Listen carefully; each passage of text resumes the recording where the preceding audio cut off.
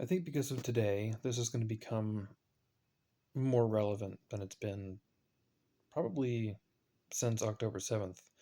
Um, so, what kind of chants do you hear from the pro-Palestinian people? Free Palestine. So, in order to understand where Palestine even came from, you have to go all the way back to there's a Roman emperor, Hadrian, who was ruling over Judea at the time from 132 to 135 uh, CE.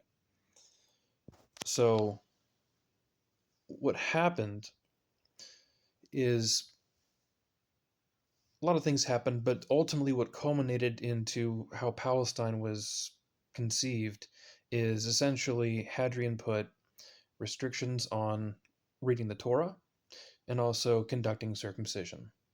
He did this to everybody, but nobody else but the Jews circumcised. So it only affected the Jews. Even though the ban on circumcision was universal, it disproportionately and was intentionally directed at the Jews. Hadrian did not like the Jews at all. He wanted them gone. So, what happened as a result of those restrictions? A revolt. Um, so there was a kind of a leader who kind of led it was the last revolt that the Jews had before the diaspora. Um, Bar Kokhba, the Bar Kokhba revolt. Um, they were trying to take back Judea because Hadrian had put a temple dedicated to Jupiter right where the temple should be.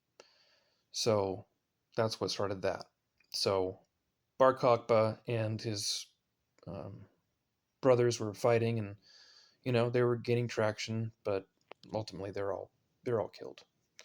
So it was renamed after that again to finally Syria Palestina, and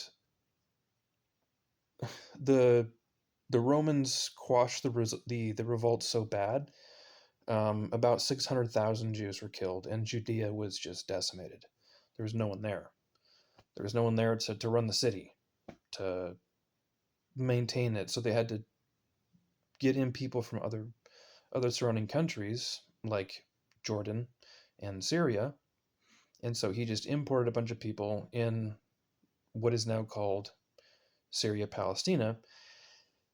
And he chose that name, Palestina, because it's a translation of the word Philistine, which, of course, they're no longer around, but they were the ancient enemies of the Jews for hundreds of years. So it was Hadrian calling them Palestine, Philistine, was just a twist of the knife because he hated the Jews. So modern day Palestine is not a country, it's not even a people, it's just an area. It's a place. It's not a people. So the only reason why Palestine even exists is because the emperor needed to repopulate a city that he genocided, ex- exclusively Jews, and he had to fill it with bodies. So Palestine is entirely artificial. It's not real. It's just a way for the enemy to try and get a foothold into the Holy Land. Um, and there are those who will, dispute and argue with that. Well, I have more evidence that that land belongs to the Jews and them alone. That there should be no one else in there with them. So even the Quran, for example, in Quran 5:20 verse 21, how does that read?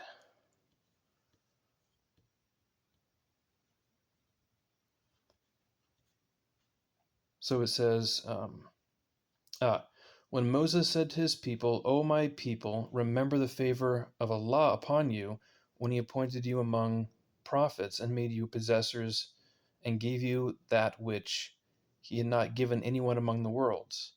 Um, O my people, enter the holy land which Allah has assigned to you. And whenever the Quran says holy land, they're talking about Israel every time. Um, that's the holy land to them too. We know that because there's presently a mosque where the temple should be. So even the Quran, and by the way, the Quran, it mentions Israel about 6,000 times and the word Palestine not one time, because the Romans were now calling it Palestine, but these Arab countries in Syria, they don't care what the Romans are calling it. They're calling it Israel because their Quran says that it's Israel. So they're not going to use the Roman name when they already know what it's called, but it's because it's in their holy book. So all that to say, whenever someone tries to confront you or argues in favor of Palestine, you have history on your side. Don't be afraid. Don't don't let them get in your face, back you into a corner.